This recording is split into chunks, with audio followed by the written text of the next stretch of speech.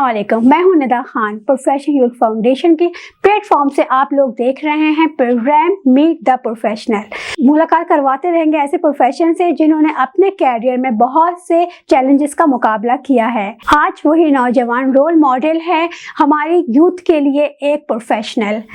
जी हाँ, मैं बात कर रही हूँ आज जो हमारे साथ हैं HS ग्रुप के CEO। आज हम उनसे मुलाकात करते हैं। अस्सलाम वालेकुम।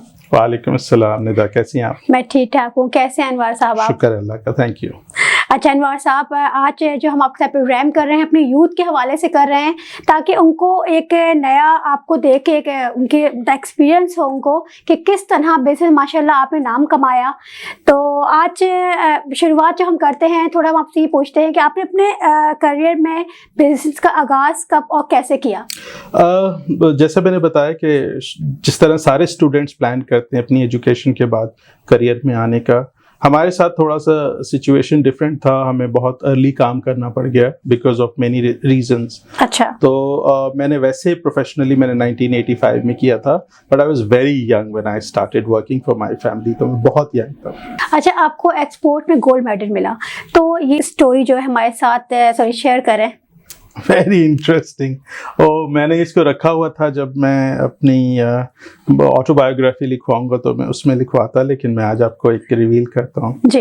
वेरी इंटरेस्टिंग कि मैं जिस कंपनी के लिए काम करता था फॉर वेरी लिटिल अमाउंट, 2700 रुपए के लिए काम करता था। अच्छा।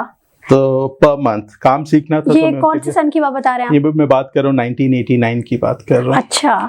तो मैं जिनके लिए काम करता था, जब हमें एक्सपोर्ट गोल्ड मेडल के लिए बुलाया गया गवर्नर हाउस पे जी, तो कोइंसिडेंटली उसी टेबल पे मेरे वो बॉस जो मुझे 2700 रुपए में जिन्होंने मुझे हायर किया हुआ था, वो और मैं, हम दोनों गोल्ड मेडल रिसीव करने के लिए प्राइम मिनिस्टर ऑफ पाकिस्तान से सेम टेबल पे बैठे हुए और हमारे नंबर प्लेट्स लगे हुए हैं। अच्छा। और ये अरसा था कोई 1989 से लेके 2009 तक के बीच में।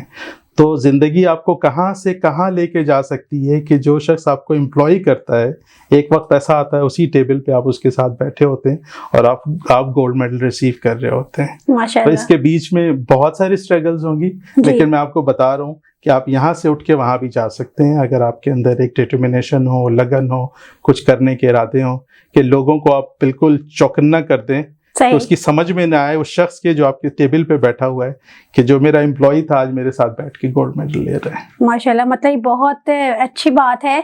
तो अच्छा, थोड़ा सा ये बताएं कि यूथ के हवाले से अक्सर जो लोग होते हैं, जैसे हमारी जो न्यू जनरेशन है, तो अक्सर जिस फील्ड में करते हैं काम, जैसे कोई कंप्यूटर फील्ड में चला गया, कोई किसी भी फील्ड में चला गया, लेकिन आजकल के जो है यूथ है वो ये सोचते हैं कि हम इस फील्ड में है, तो वो उससे हटकर आगे नहीं बढ़ते, बिजनेस लाइन में नहीं आते, जॉब्स भी नहीं मिल रही आजकल। तो आप उनके लिए क्या कहना चाहेंगे? मैं तो एक बहुत बड़ा वकील रहा हूँ, एडवोकेसी करता रहा हूँ यूथ के लिए कि उनको जॉब्स ज़रूर करनी चाहिए सीखने के लिए, लेकिन जब वो सीख लें तो फौरन अपने काम पे लग जाए, अपना काम करें, क्योंकि एक शख्स कम से कम एक जॉब तो क्रिएट कर सकता है। अच्छा, काम भी उसी फील्ड में करें जो उन्होंने सीखा है, उसके बाद फिर मल्टीपल चीज़ों को ट्राई करें, लेकिन जो उनकी एजुकेशन बेस है, जिसपे उसका नॉलेज बेस ज़्यादा है, बजाय इसके कि नए काम को सीखने में वो वक्त ज़्यादा लगाएं, जो उसकी नॉलेज बेस होती है उसमें रहते हुए काम करेंगे तो सक्सेस की अचीवमेंट का टाइम रेशो बहुत कम होगा एज कम्पेयर टू वो काम करें जिसके बारे में उसको कुछ भी नहीं पता और नए सरे उसको सीखना पड़े, तो उसमें फेलियर्स एंड सक्सेसेस की बहुत मिक्स बैगेज आएगा। लेकिन अगर वो कंप्यूटर साइंस का इंजीनियर है, स्टूडेंट है, डिग्री उसके पास कंप्यूटर साइंस की है, उसमें एक्सेल करना चाहता है तो वो बहुत तेजी से कर सकता है। सही। अच्छा अनवर साहब, ये बताएं कि जैसे आपने अपने बिजनेस स्टार्ट किया तो आपका ख्याल कैसे आया कि अपनी फील्ड चेंज करने का, कि आपने जब फील्ड चेंज की अपनी बिजनेस की तरफ आप जो आए, तो क्या सोच कर आए? मैं तो खैर बहुत बचपन से मैं कभी भी ये सोचता नहीं था। एक तो मेरी फैमिली बैकग्राउंड ऐसी है कि कई जनरेशंस में किसी ने जॉब नहीं की है, तो वो जॉब एक हमारे यहाँ वैसे ही ये समझा जाता है कि आप देने वाले बने बजाय इसके कि लेने वाले बने, तो हाथ हमेशा आपका ऊपर होना चाहिए। तो वो जो एक कॉन्सेप्ट है हाथ ऊपर रखने का मतलब ये है कि आप देने वाले बने, देने वाले से मुराद जॉब देने वाले बने, सैलरीज देने वाले बने, जॉब क्रिएट करने वाले बने। तो ये कॉन्सेप्ट हमें बचपन से हमारी एक पर्सनालिटी में इम्बेड की है, जो हमारी मदर को बड़ा क्रेडिट जाता है। तो वो बहुत जरूरी है कि आप सोचते कैसे हैं, सही। अगर आप लेने वाले बनने की सोचते हैं तो पूरी जिंदगी आपकी ये होती कि आज मेरी तनख्वाह 2 लाख है, कल को 5 लाख हो जाए, 5 से 15 हो जाए, 20 हो जाए, लेकिन फिर भी आप लेने वालों में रिसीविंग एंड पे होंगे, आप गिविंग एंड पे नहीं होंगे। आपको गिविंग एंड पे सोचेंगे तो आप अगर अपने दूसरों के लिए सोचेंगे तो अल्लाह आपकी रिज़्क में बड़ा इजाफा करता है, आपको कारोबार में वैसे ही बड़ी वसअत दे देता है। सही सही कह रहे हैं आप। अच्छा अनवर साहब, जैसे आपने बताया कि आपके मतलब बैकग्राउंड जो है वही बिजनेस के सब, मतलब बिजनेस के ही हैं सब, जितने आपके ब्रदर भाई बहन सब। जी, बैक इन 1938 मुझे याद है कि ईस्ट इंडिया कंपनी के सबसे बड़े टिम्बर के सप्लायर्स थे वो जी। फिर वो वहाँ से कलकत्ता में हेडक्वार्टर्स था, उधर आ गए, फिर ढाका में रहे, फिर ढाका फॉल के बाद इधर आए। तो वो सारा उनका एक बिजनेस का ही सारा था, ऐसा नहीं था कि जॉब से निकले और अचानक ख्याल आ गया ओवरनाइट कि जी हम बिजनेस पे चले जाएं। तो वो एक जैसे मैंने कहा ना, एक प्रोसेस था इसमें जी। लेकिन उस प्रोसेस को आपको कन्वर्ट करना पड़ता है इनटू रियलिटी जी। उस रियलिटी में हमने मतलब कोशिश की और चले इसके आगे। अच्छा अनवर साहब, जैसा आप बता रहे हैं कि आपके मतलब बैकग्राउंड से बिजनेस चलता आ रहा है, तो इसमें ये बताएं कि ये बिजनेस आपने जब स्टार्ट किया तो आपने खुद स्ट्रगल किया इस चीज में, या आपको मतलब ये सब चीजें बनी बनाई आपके बैकग्राउंड से बिजनेस आपको मिला?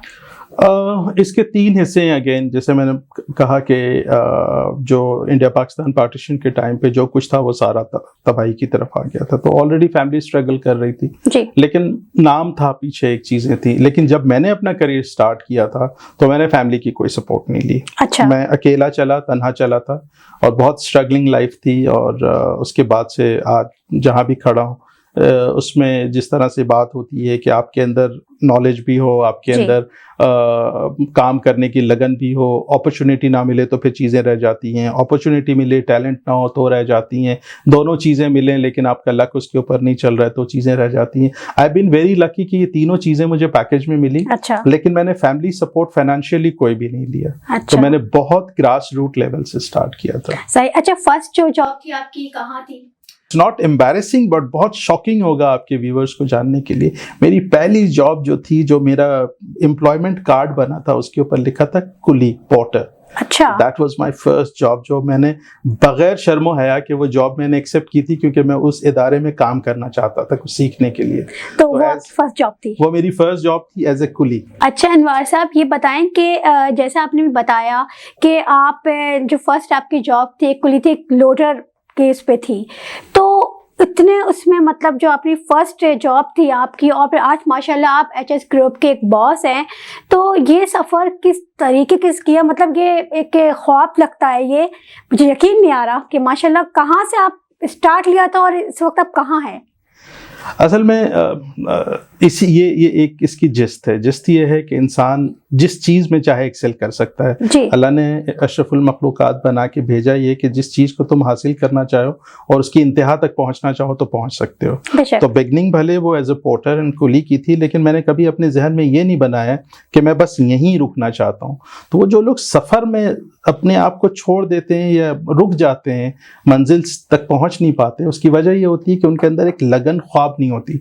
जैसे मैंने बताया कि मैं उस इदारे में काम करना चाहता था क्योंकि मुझे पता था कि मैं यहाँ से मुझे सिर्फ एंट्री चाहिए और उसके बाद मैं कई लैडर अबूर करके मैं बहुत सारी चीज़ें सीख सकता हूँ। तो मेरा ख्याल है कि मैं 6-8 महीने में, पोर्टर की जगह तो मुझे दी थी लेकिन मैं 6-8 महीने में उनका असिस्टेंट मैनेजर बन गया था वहाँ। अच्छा। जाहिर है मेरी एजुकेशन थी, मेरी अपब्रिंगिंग अच्छी थी, मेरा एक खानदान था, तो उनको खुद लगा, जिन्होंने मुझे जॉब दी थी पोर्टर की, उन्होंने कहा ये पोर्टर वाली मटेरियल नहीं है ये आदमी। तो उन्होंने मुझे कहा आप ये पोर्टर वाले डांगरी या कवरऑल आप ना पहना करें, आप आके ऑफिस में बैठ के सारे रिकॉर्ड्स वगैरह किया करें। That is what I wanted. लेकिन अगर मैंने पहले ही वो जॉब ठुकरा दी होती कुली वाली तो मैं वहां जा नहीं पाता।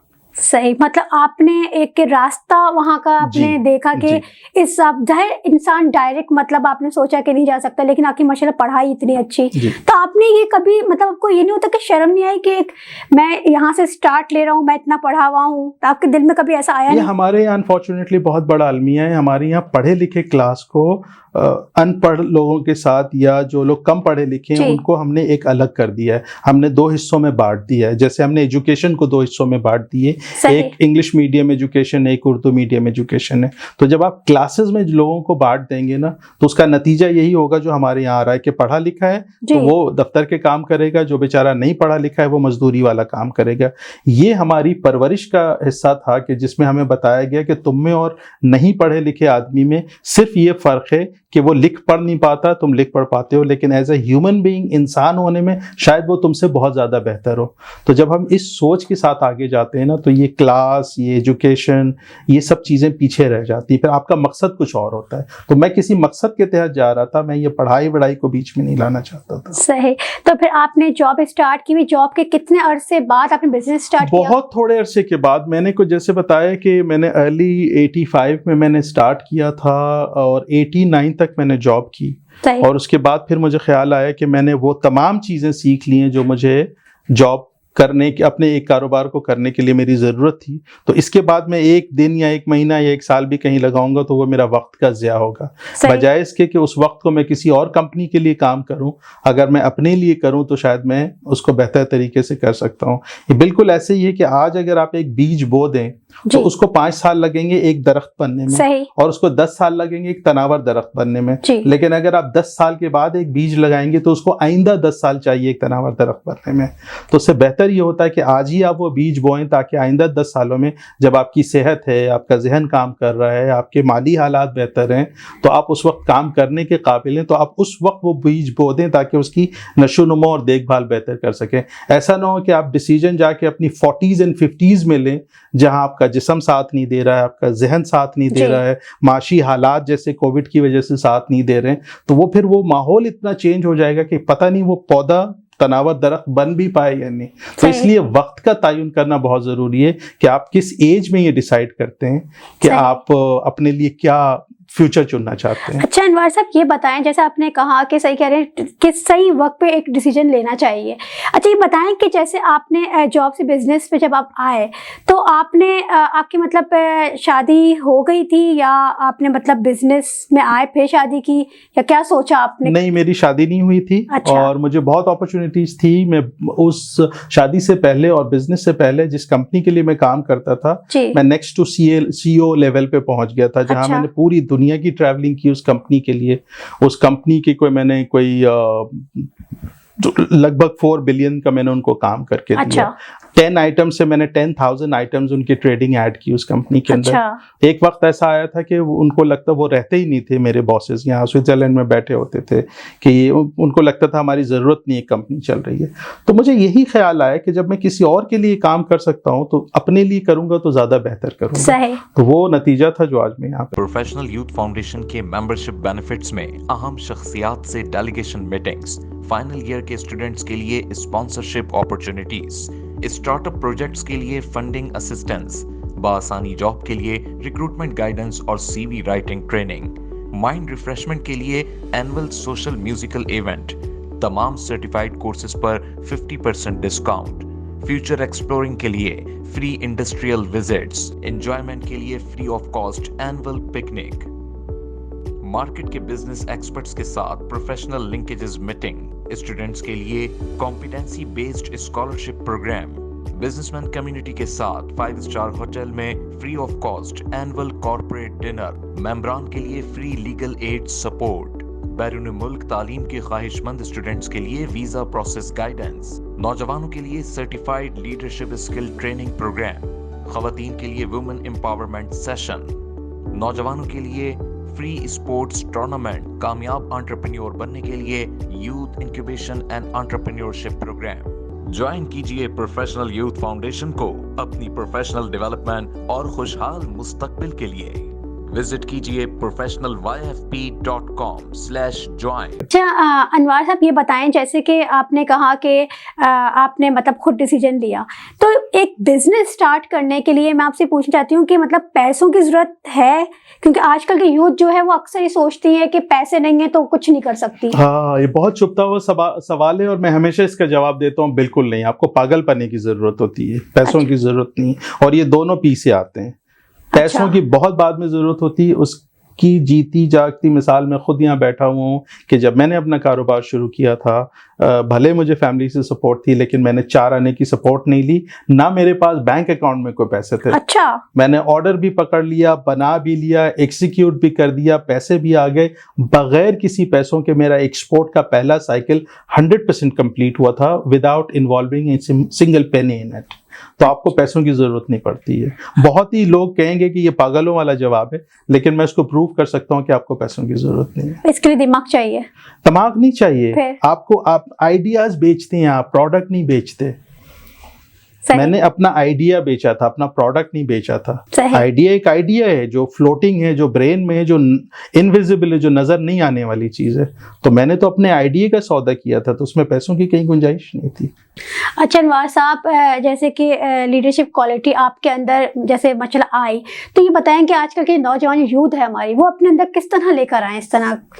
देखिए, कुछ चीज़ें तो खुदादाद सलाहियतों में से होती हैं कुछ, लेकिन इसमें मैं बच्चों से पहले उनके पेरेंट्स की तरफ जाना चाहूँगा। अच्छा। मैं हर पेरेंट को ये एडवाइस देना चाहूँगा। माशाल्लाह मैं खुद भी पेरेंट हूँ, 3 बच्चे हैं मेरे। बड़ा बेटा मेरा इंजीनियरिंग कर रहा है, हालांकि बिजनेस का पूरा बैकग्राउंड है, लेकिन उसने बिजनेस एंटरप्रेन्योरशिप छोड़कर वो इंजीनियरिंग की डिग्री लेने के है। 2 सेमेस्टर्स करने के बावजूद, क्योंकि उसको लगा अगर ये बिजनेस सीखना है तो मैं तो 6 महीने में अपने फादर के फर्म में सीख सकता हूँ, तो उसके लिए मुझे 4 साल लगा के BBA और MBA करने की ज़रूरत नहीं है, तो मैं किसी ऐसे प्रोफेशनल चीज़ पे लगाऊं जो मैं ज़्यादा बेहतर सीख सकूं। अच्छा। वो तो एक सोच अलग है, और वो भी मैंने डिसीजन लेने अपनी औलाद को खुद दिया कि ये फैसला तुम्हारा है कि तुम क्या करना चाहते हो। सो पेरेंट्स को चाहिए कि अपने बच्चों को सुने जी, उनको समझें वो चाहते क्या हैं। अगर घर में उनको नहीं सुना जाएगा, घर में फैसले करने के मौके नहीं दिए जाएंगे, वो बाहर भी फैसले नहीं कर पाएगा। सो घर में उनसे छोटे छोटे डिसीजन दे के, रिस्पॉन्सिबिलिटी दे के उनको कहें ये फैसला खुद करो और इसके अच्छाई और बुराई के जिम्मेदार भी तुम खुद बनो। अच्छा। तो जब वो छोटे छोटे फैसले करेगा तो उसके अंदर कॉन्फिडेंस आएगी, जब कॉन्फिडेंस आएगी तो बड़े फैसले करेगा। कारोबार में आके बहुत बड़े और बहुत बोल्ड फैसले करने पड़ते हैं जिसका ताल्लुक आपकी सक्सेस और फेलियर से होता है, लेकिन अगर आप सक्सेस और फेलियर को सोच के बड़े फैसले नहीं कर पाएंगे तो फिर आप आगे तरक्की नहीं कर पाते हैं। तो ये एक प्रोसेस होता है जो बचपन से, जब टीन एज से लेके एज पे पहुंचते हैं, वहां पेरेंट्स का बड़ा अमल दखल होता है कि बच्चों को फैसले करने दें, आजादाना फैसले करने दें। अच्छा। वो उसकी पूरी लाइफ का हिस्सा होता है। अगर उसको हर बात पे टोका रोका गया तो वो उसकी पर्सनैलिटी का वो हिस्सा बन जाता है जो उसके मरते दम तक साथ रहती है वो चीज। और अगर उसको बोल्डनेस के साथ उसको डिसीजन लेने दिया जाता है तो वो भी उसकी पर्सनैलिटी का हिस्सा होता है। तो इसमें पेरेंट्स का बड़ा अमल दखल होता है कि बच्चों को कितना इंडिपेंडेंट करते हैं स्लोली ग्रेजुअली। तो वो चीज मेरे अंदर थी। जैसे मैंने बताया कि हमारे फैमिली में एक बड़ी डिबेट होती है इस बात के ऊपर कि बच्चों को किस तरह से इंडिपेंडेंट बनाया जाए, तो वो ग्रूमिंग मेरे काम आई। सही। तो बड़े बड़े फैसले किए जिसके नतीजे में यहाँ पहुंचा हूं। बहुत सारे ऐसे फैसले थे कि उसमें लगता था कि कुछ नजर नहीं आ रहा, बिल्कुल ब्लैकआउट चीजें हो जाती थी। अच्छा। लेकिन कन्विक्शन के बेसिस के ऊपर, एक्सपीरियंस के बेसिस के ऊपर, ड्यू डिलिजेंस के बेसिस के ऊपर, मशवरे के बेसिस के ऊपर वो फैसले किए और वो दुनिया के कामयाब तरीन फैसलों में से तब्दील हुए। अच्छा। जो बिल्कुल ब्लैकआउट हुआ करते थे एक जमाने में। अच्छा अनवार साहब, आजकल के जो यूथ है, नौजवान है, तो बिजनेस स्टार्ट कर लेते हैं, सही है, पैसा भी लगा देते हैं, लेकिन उनको बिजनेस स्टार्ट चलाना नहीं आता। अक्सर मैंने देखा है कि बिजनेस स्टार्ट करते हैं और बीच में पैसा उनका डूब जाता है, तो जिस नतीजा ये होता है एंड में फिर वो साइड में हो जाते हैं।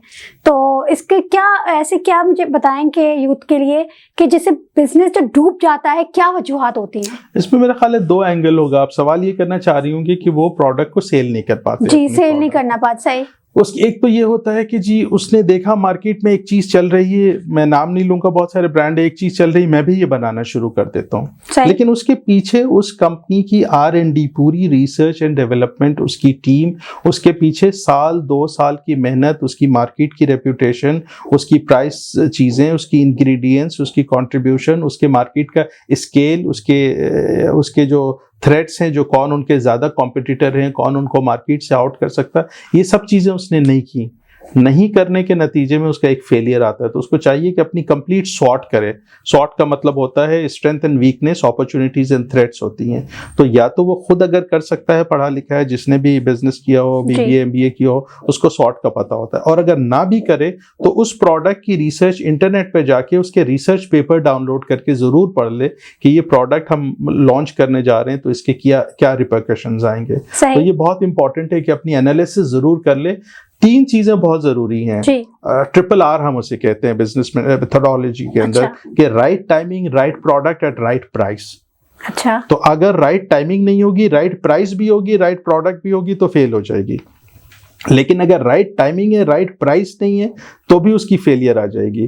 और अगर राइट प्राइसिंग भी है, राइट प्रोडक्ट भी है, लेकिन राइट टाइमिंग पे आपने उसको लॉन्च नहीं किया, फिर भी आप फेल हो जाएंगे। तो आपको ये जो ट्रिपल आर की पॉलिसी है उसको बहुत मलहूज़े खातिर रखनी पड़ती है कि आपने इन तीनों चीज़ों को सिंक्रोनाइज करके अपना प्रोडक्ट लॉन्च किया है या नहीं किया है। एक बात हो गई, आपने कर दिया। अच्छा, प्रोडक्ट्स फेल होते हैं, ऐसा नहीं है, दुनिया का कोई प्रोडक्ट ऐसा नहीं है कि आया और छा जाए। और अगर उसकी सीरीज आती है तो एक प्रोडक्ट शायद सक्सेसफुल हो, दूसरी प्रोडक्ट फेल हो जाती है। इसमें गाड़ियों को देख लें, इसमें मोबाइल कंपनीज को देख लें, उसमें एयर कंडीशनिंग को देख लें, उसमें फूड चेन को देख लें। ऐसा नहीं है कि वो एक प्रोडक्ट उसकी हिट हो गई तो सारे प्रोडक्ट हिट होंगे। तो आप कभी ना डरें फेलियर से, मिस्टेक से भी कभी ना डरें। इस चीज को आप इनकरेज करें अपने अंदर कि मैंने ये काम कंटिन्यूटी में करते रहना है। मैं उस प्रोडक्ट की अपग्रेडेशन पे काम करना है, इसको बेहतर से बेहतर बनाना है, मार्केट की एक्सेप्टेबिलिटी को मेंटेन करना है। अगर मार्केट एक्सेप्ट कर ले, आपको प्रोडक्ट को हिट करने से कोई भी नहीं रोक सकता है। और अगर मार्केट रिजेक्ट कर दे तो उसके पीछे एक रीजन होती है कि मार्केट ने क्यों रिजेक्ट किया है। अच्छा। कोई ना कोई उसके अंदर प्रॉब्लम होगी, आपको फौरन उसको एड्रेस करना चाहिए। अगर आप इग्नोर करेंगे तो जो बची कुची मार्केट में जान है उससे भी आप निकल जाते हैं। सही। अच्छा, वैसे ये बताएं कि बिजनेस के लिए जैसे पढ़ाई का एक होता है कि क्योंकि इतना पढ़ना चाहिए या मतलब कम उस पे, तो आप क्या कहते हैं कितना इंसान पढ़ना चाहिए बिजनेस के लिए, और कितना एक हाई लेवल की भी ज़ाहिर है डिग्री लेते लोग नहीं होनी चाहिए बिजनेस के लिए ज़रूरी है। तो मैं इसमें देखें, इसमें बड़ा उतार चढ़ाव है। मैं कुछ जो तालीमी इदारे हैं उनसे मैं शायद वो ले लूँगा, थोड़ा सा उनके साथ मेरा फड्डा हो जाएगा। मैं इस्तेमाल कर रहा हूँ, अगर आप चाहें तो फड्डे को काट दीजिएगा। देखिए, एक वक्त ऐसा था कि मैट्रिक पढ़ा हुआ आदमी अर्ली 40s 30s में बहुत काबिल हुआ करता था। एक वक्त ऐसा हमने इसी मुल्क में देखा है कि लोग पीएचडीज की और बीबीए और एमबीए की डिग्रीज लिए फिर रहे थे और उनको कहीं जॉब्स नहीं मिल रही थी। फिर एक वक्त ऐसा आया जब आपका डिजिटल एजुकेशन का दौर आया, जहाँ पे लोग एजुकेशन को कम प्रेफरेंस देते हैं, प्रोफेशनल लर्निंग को ज्यादा प्रेफरेंस देते हैं। तो ये आपके ऊपर, उस इंडिविजुअल पे डिपेंड करता है कि आप किस स्टेज पे क्या करना चाहते हैं। अगेन, अगर आप सारी सक्सेस स्टोरीज देखें, चाहे बिल गेट्स को ले लें, चाहे स्टीव जॉब्स को ले लें, चाहे मार्क जुकरबर्ग को ले लें, चाहे एलन मस्क को ले लें, इनमें से कोई भी हाईली एजुकेटेड लोग नहीं है। सारे कॉलेज ड्रॉप आउट्स हैं, सारे यूनिवर्सिटी ड्रॉप आउट्स हैं, लेकिन उन्होंने अपने अपने फील्ड के अंदर दुनिया को लोहा मनवा दिया है। सो इट ऑल डिपेंड्स आपके अपने अंदर के कहाँ लगता है। बेसिक एजुकेशन इतनी होनी चाहिए कि आप पढ़ लिख सकें, समझ सकें। आप जिनको बाकी प्रोफेशनल्स को, अगर आप बड़े कंपनी के सीईओ हैं, जरूरी नहीं है कि अगर मेरी एक इंजीनियरिंग कंपनी चल रही है तो मुझे इंजीनियर होना है। अगर मैं एक मेडिकल इंस्टीट्यूट चला रहा हूं तो मेरा डॉक्टर होना जरूरी है। नहीं, मेरा लीडर होना जरूरी है, मेरा विजन क्लियर होना जरूरी है। मैं उसके लिए एक प्रोफेशनल को हायर करूंगा जिसके पास रेलेवेंट एक्सपीरियंस होगी, वो आके मेरी कंपनी को रन करेगा। मेरा ये डिसीजन जरूरी है कि मैं किस तरह के लोगों को अपनी कंपनी में हायर करता हूँ। ये जरूरी नहीं है कि मेरी एजुकेशन कितनी है। अच्छा अनवर साहब, ये बताएं कि हमारी जो यूथ है, हमारे पाकिस्तान में एक प्रोफेशनल लर्निंग नहीं दिखती, तो इसकी क्या वजूहात हैं कि क्या किया जाए जिसमें ये सब मतलब दिखे ये चीज़? दो चीज़ें। एक तो डायरेक्टली जो एकेडमिक्स हैं आपके, वहाँ पे 2 तरह के काम हो रहे हैं। एक तो डिग्री के ऊपर फोकस है कि किसी तरह से डिग्री मिल जाए, और स्टूडेंट्स को जीपीए पे फोकस है कि किसी तरह मिल जाए और हम अच्छी यूनिवर्सिटीज़ में चले जाएं। तो वहाँ पे तो फुकतान है कि ऑलरेडी उनकी वर्कशॉप्स नहीं कराते, प्रोफेशनल लर्निंग नहीं कराते, और अगर कराते भी हैं तो उस रेलेवेंट फील्ड के एक्सपर्ट्स को बुला के उसकी नहीं कराते हैं। तो हमारे यहाँ जो एक कॉन्सेप्ट है ना, हर चीज़ को हाफ हार्टेडली करने का, वो बहुत ज़्यादा है। होल हार्टेडली, जिसको पूरे दिल के साथ किया जाए वो काम नहीं है। जो स्टूडेंट्स का मसला है वो ये है कि वो ये ख्वाब देखते हैं। एक ज़माना ऐसा ही था कि वो डिग्री लेंगे, तो आजकल फिल्मों ने भी बड़ा बेड़ा गर्क किया हुआ है कि जी उनको ये लगता है कि डिग्री मिलने से पहले यूनिवर्सिटी तमाम इदारे आएंगे और उनके लिए जॉब्स तैयार हैं। ये इतना आसान नहीं है जितना लगता है। तो देखें, आप अपने जिम्मेदार खुद हैं। अगर प्रोफेशनल लर्निंग की लैकिंग है तो उसके अंदर आपका अपना इंटरेस्ट बहुत बड़ा इन्वॉल्व होता है। आप सोचते हैं कि 4th ईयर में जाके मैं कुछ करूंगा, आप अपना 3 साल क्यों ज़ाया करते हैं?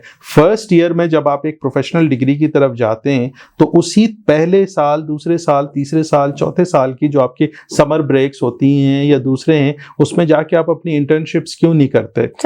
आप पैसों के पीछे क्यों भागते हैं? आपके पेरेंट्स ने आपके ऊपर लाखों रुपए आपकी डिग्री पे लगा दी, आप चंद हजार रुपए की जाके प्रोफेशनल एजुकेशन क्यों नहीं लेते? इंस्टीट्यूट्स को क्यों नहीं ज्वाइन करते? वो भी ना करें। आपको जब इंटर्नशिप्स मिलती हैं, आप कहें मुझे पैसे नहीं चाहिए, मुझे काम सिखा दो। जितने पैसे मैं अपने इदारे को पढ़ाई के दे रहा हूँ इसके डबल ले लो, बस मुझे प्रोफेशनल काम सिखा दो। हमारे ज़माने में ये होता था कि हमें ये बताया जाता था कि जो प्रोफेशनल बस काम सीख लो, उससे कुछ नहीं लेना, पैसे अपने लगा के जाओ, ट्रांसपोर्ट कन्वेंस अपने करके जाओ, खाना अपना खाओ, बस काम सीख के आ जाओ ताकि तुम्हारी ज़िंदगी में काम हो सके। हमारे यहाँ बच्चों को एक बड़ा ये है कि जी मतलब पढ़ लिख गए हो तो कम से कम मेरी 50,000 मिनिमम से सैलरी स्टार्ट होनी चाहिए। कंपनी फ्रेश लोगों को नहीं देती। आप अपने ऊपर इन्वेस्ट नहीं करेंगे तो दूसरा आपके ऊपर कैसे इन्वेस्ट करेगा? तो आप पहले अपने ऊपर इन्वेस्ट करें, अपना वक्त इन्वेस्ट करें, अपने पैसे इन्वेस्ट करें, अपनी रिसर्च बेस्ड नॉलेज को बढ़ाएं। ये सोशल मीडिया वगैरह से हर वक्त की फेसबुक और इससे बाहर निकलें, इन चीज़ों को बालाए ताक रखें। फ़ोन को उस वक्त इस्तेमाल करें जब आपकी ज़रूरत है। उतने ही टाइम को अगर आपने आधा घंटा देना है सोशल मीडिया को, आधा घंटा जाके आप यूट्यूब के ऊपर या गूगल के ऊपर आप अपनी रिसर्च करें। ये आपके नॉलेज में इजाफा करेगा और आपको प्रोफेशनलिज्म की तरफ लेके जाएगा। अच्छा अनवर साहब, आप माशाल्लाह बिजनेसमैन हैं, बहुत ज़्यादा बिजी रहते होंगे, तो अपना एक माइंड फ्रेश करने के लिए आप ऐसा क्या करते हैं थोड़ा जो रिलैक्स हो? आपको बहुत हैरानगी होगी कि मैं हफ्ते में 20 घंटे काम करता हूँ। आप सोच रहे होंगे कि मैं रोजाना 16-18 घंटे काम करता हूँ, ऐसा कुछ भी नहीं। अच्छा, मतलब मैं हफ्ते में 20 घंटे से ज्यादा काम नहीं करता। अच्छा। लेकिन मैं प्लानर और लीडर इतना अच्छा हूँ कि जो मेरे लोग हैं जो काम करते हैं उनको चीजें दे के मैं सिर्फ उनसे रिपोर्ट लेता हूँ। ऐसा नहीं कि 500 लोग मेरे मातहत काम कर रहे हैं तो मैं हर किसी से रिपोर्ट लूंगा। मैंने एक चेन बनाया हुआ है, तो मुझे जो रिपोर्ट होती है वो सारी स्क्रीन आउट होके मुझे फाइनल एंड रिजल्ट मुझे चाहिए होती है, तो वो मैं रिपोर्टिंग्स ले रहा होता हूँ। प्रेशर बहुत होता है एज ए बिजनेसमैन, उसके लिए बहुत जबरदस्त। मैं सबको ये मशवरा दूंगा कि जो लोग बिजनेसेस में या जो बहुत करियर में बहुत हॉटस्पॉट पे काम करना चाहते हैं, अपनी लाइफ में एक एक्टिविटी, कोई भी एक एक्टिविटी जो उनको सबसे ज्यादा पसंद हो वो जरूर करें। मेरी एक्टिविटी गोल्फिंग है। अच्छा। मैं गोल्फ खेलता हूँ और बहुत जबरदस्त गोल्फ खेलता हूँ। मैं अपने मुंह से अपनी तारीफ कर रहा हूँ, मैं बहुत अच्छा गोल्फर हूँ। अच्छी बात है जी। और बिल्कुल भी नहीं, ऐसा नहीं है, बहुत एवरेज गोल्फर हूँ। लेकिन वो एक्टिविटी मैंने अपनी लाइफ का हिस्सा बनाया हुआ है जिसकी वजह से मैं बहुत रिलैक्स करता हूँ। किताबें पढ़ता हूँ, ट्रैवलिंग करता हूँ, फैमिली को बहुत सारा वक्त देता हूँ। ये 3 काम करता हूँ जिसकी वजह से मैं बहुत रिलैक्स रहता हूँ। फैमिली के लिए वक्त आप निकालते होंगे, मतलब या आई लव माई फैमिली। मैं अपनी फैमिली को बहुत वक्त देता हूँ। मेरी 2 बेटियां मेरे जान से ज्यादा अजीज हैं। अच्छा, और उनके लिए वो कोई भी वक्त, वो जब जो वक्त चाहे उनके लिए हाजिर है। अलावा इसके कि मैं ट्रैवलिंग कर रहा हूँ, मुल्क से बाहर ना हूँ। मैं बाय रोड ट्रैवलिंग बहुत पसंद करता हूँ। पहाड़ों में चला जाता हूँ अपनी बच्चियों को लेके। खाने पे हम बाहर जाते हैं, रेस्टोरेंट्स पे जाते हैं, साथ में मिलके मूवीज देखते हैं, नेटफ्लिक्स पे हम डिस्कशन करते हैं, कार्ड्स खेलते हैं, लूडो खेलते हैं, ब्रिज खेलते हैं, चेस खेलते हैं, पोकर खेलते हैं घर में, एक साथ मूवीज देखते हैं, लड़ाई झगड़े करते हैं। तो ये बहुत आपको फ्रेश रखता है। मतलब ये बहुत अच्छी बात है कि मतलब मैंने अक्सर सुना है कि जो बिजनेसमैन होते हैं बहुत बिजी रहते हैं, तो आप मतलब अपनी फैमिली को टाइम देते हैं, बहुत अच्छी बात है। अगर जो लोग बिजी रहते हैं और फैमिली को टाइम नहीं देते हैं, समझे वो सब कुछ गंवा के जाते हैं। और वो आप स्टीव जॉब्स की किताब पढ़ लें, वो ये कहता है कि अगर मैंने बहुत बड़ी गलती की, मैंने फैमिली नहीं बनाई।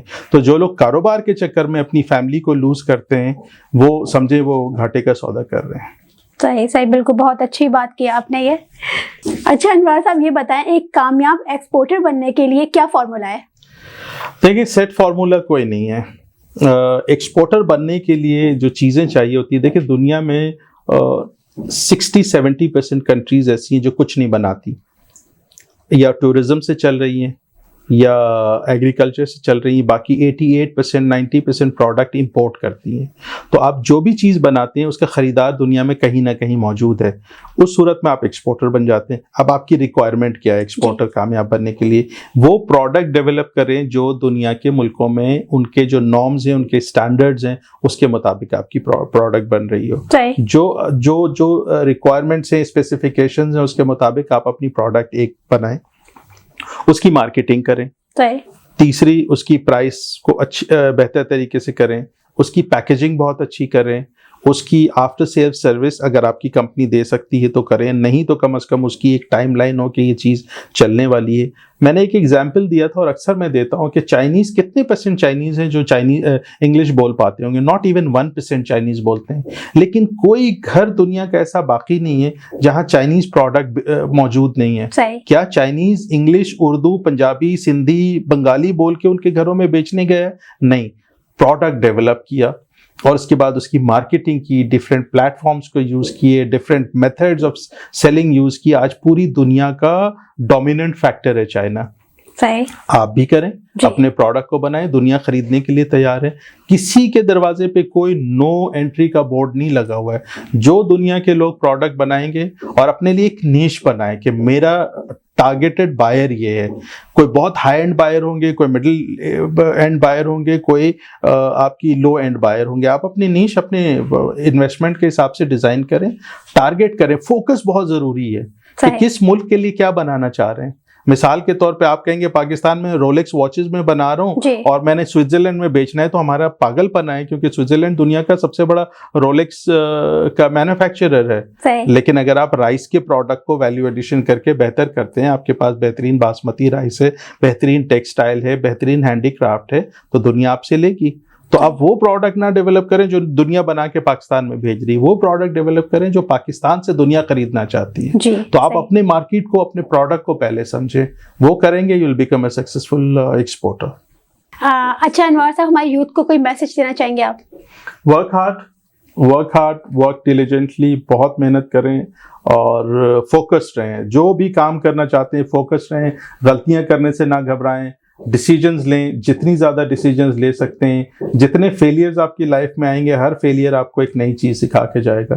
तो मेरे हिसाब से तो बस फोकस रहें, अपना फोकस लूज ना करें। 10 चीज़ों के बारे में एक वक्त में ना सोचें, एक चीज़ के बारे में एक वक्त सोचें और उस पर पूरा काम करें। सक्सेस आपके दरवाजे पे झक मार के आएगी, आपको उसके पीछे जाने की ज़रूरत नहीं है। थैंक यू अनवर साहब, बहुत बहुत शुक्रिया। Thank you. आज का आप लोगों को प्रोग्राम उम्मीद करती हूँ बहुत पसंद आया होगा। हमारे यूथ के लिए बहुत अच्छा प्रोग्राम है, बहुत अच्छी नॉलेज मिली अनवर साहब से हम लोगों को। इंशाल्लाह फिर नेक्स्ट प्रोग्राम में हाजिर होंगी किसी प्रोफेशनल के साथ। जब तक के लिए इजाज़त दीजिए निदा खान को। अल्लाह हाफिज़।